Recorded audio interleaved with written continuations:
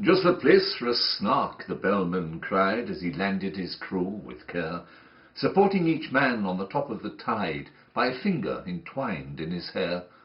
"Just the place for a Snark, I have said it twice, that alone should encourage the crew.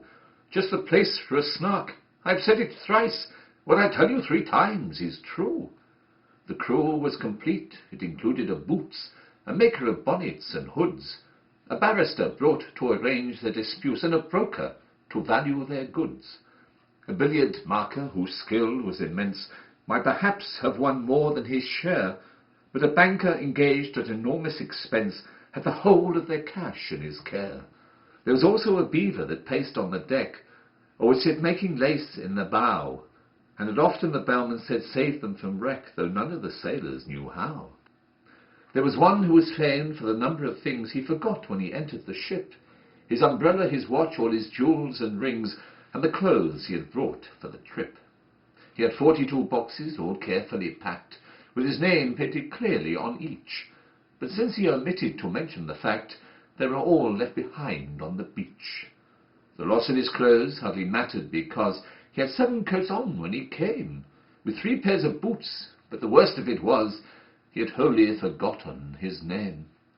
He would answer to hi, or any loud cry, such as "Fry me," or "Fritter my wig," to "What you may call him," or "What was his name," but especially "Thing-a-mug-jig," while for those who preferred a more forcible word, he had different names from these. His intimate friends called him Candle Ends, and his enemies Toasted Cheese. His form is ungainly, his intellect small, so the bellman would oft remark, but his courage is perfect, and that, after all, is a thing that one needs with a Snark. He would joke with hyenas returning their stare with an impudent wag of the head, and he once went a walk paw in paw with a bear, just to keep up his spirits, he said. He came as a baker, but owned when too late, and it drove the poor bellman half mad. He could only bake bright cake, for which, I may state, no materials were to be had. The last of the crew needs a special remark, though he looked an incredible dunce. He had just one idea, but that one being Snark, the good bellman engaged him at once. He came as a butcher, but gravely declared, when the ship had been sailing a week, he could only kill beavers. The bellman looked scared, and was almost too frightened to speak. But at length he explained in a tremulous tone there was only one beaver on board, and that was a tame one he had of his own, whose death would be deeply deplored.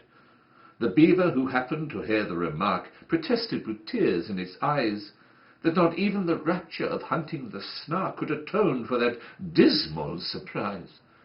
It strongly advised that the butcher should be conveyed in a separate ship, but the bellman declared that would never agree with the plans he had made for the trip.